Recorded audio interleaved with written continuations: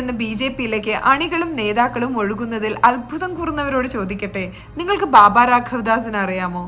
ഹർമന്ത് പ്രസാദ് പെദ്ദറിനെ, ദാവൂദ് അൽ ഖന്നെ കുറിച്ച് കേട്ടിട്ടുണ്ടാവും അല്ലെ? അല്ലെങ്കിൽ ഗുൽസാരിലാൽ നന്ദയെ കുറിച്ച്. ഇവരൊക്കെ കോൺഗ്രസിന്റെ സമുന്നതരായ നേതാക്കളായിരുന്നു ഒരു കാലത്ത്. ഇന്നവർ വിശ്വ ഹിന്ദു പരിഷത്തിന്റെ ഏറ്റവും പ്രിയപ്പെട്ട നേതാക്കളാണ്.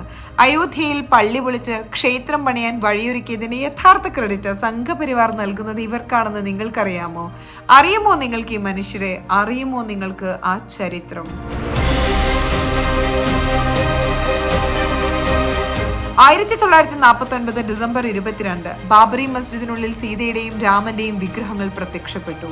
പള്ളിയിൽ അതിക്രമിച്ചു കിടന്ന് വിഗ്രഹങ്ങൾ സ്ഥാപിക്കാൻ നടന്ന ഗൂഢാലോചനയ്ക്ക് നേതൃത്വം നൽകിയത് ബാബ രാഘവദാസ് ആയിരുന്നു. അന്നത്തെ ഫൈസാബാദ് MLA-യും കോൺഗ്രസ് നേതാവുമായിരുന്നു ഈ ബാബ രാഘവദാസ്.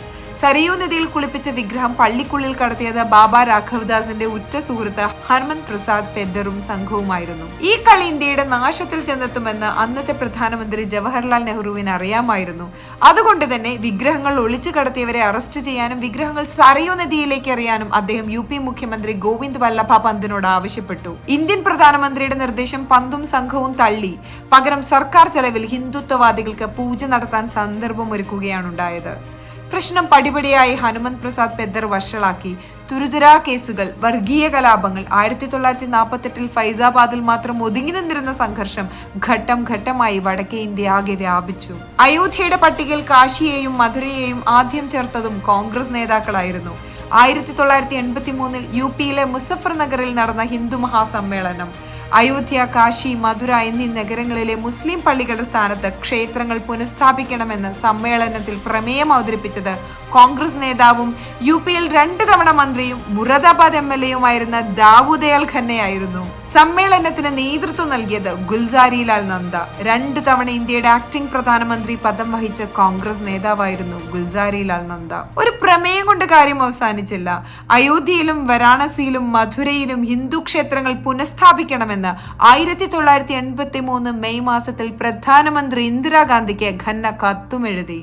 തുളസിദാസിന്റെ 20-ാം നൂറ്റാണ്ടിൽ അവതാരം എന്ന് സ്വയം വാഴ്ത്തിപ്പാടിയ ഈ കോൺഗ്രസ് നേതാവ് പിന്നീട് വിശ്വ ഹിന്ദു പരിഷത്തിന്റെ തീപ്പൊരി നേതാവായി മാറിയത് ചരിത്രം. അയോധ്യയിലും കാശിയിലും മധുരയിലും ക്ഷേത്രങ്ങൾ പുനഃസ്ഥാപിക്കണമെന്ന ആവശ്യം ഉയർത്തിയത് കോൺഗ്രസ് ആയിരുന്നു. ഈ ആശയം RSS പ്രസിദ്ധീകരണമായ ഓർഗനൈസർ ഏറ്റെടുത്തു. പിന്നീട് വിശ്വ ഹിന്ദു പരിഷത്തും. കോൺഗ്രസ് പണിത് മൂർച്ചകൂട്ടി തലങ്ങും വിലങ്ങും ഉപയോഗിച്ച ആയുധം അങ്ങനെ സംഘപരിവാറിന്റെ കൈകളിലായി.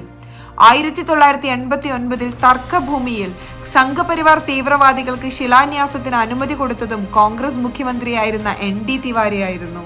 1992 ബാബറി മസ്ജിദ് പൊളിക്കാൻ മൗനാനുവാദം നൽകിയത് പ്രധാനമന്ത്രി നരസിംഹറാവു ആണെന്ന് നാം ഇന്നും ഓർത്തിരിക്കേണ്ടതാണ്. ഇക്കഥയെല്ലാം ഇപ്പോൾ വിശ്വ ഹിന്ദു പരിഷത്ത് രാജ്യമാസകലം പ്രചരിപ്പിക്കുകയാണ്. ബാബ രാഘവദാസും ഹനുമന്ത് പ്രസാദ് പെദ്ദറും ദാവൂദ് അൽ ഖന്നയും ഗുൽസാരിലാൽ നന്ദയും ഒക്കെ വിശ്വ ഹിന്ദു പരിഷത്തിന്റെ ലഘുലേഖകളിൽ നിറയുന്നു. കോൺഗ്രസ് നേതാക്കൾ സംഘപരിവാറിന്റെ പ്രിയങ്കരന്മാരായി പുനർജനിക്കുകയാണിവിടെ. കോൺഗ്രസും സംഘപരിവാറും തമ്മിൽ എന്തു വ്യത്യാസം? ഒരു കാലത്ത് കോൺഗ്രസിന്റെ B ടീമായിരുന്നു സംഘപരിവാർ.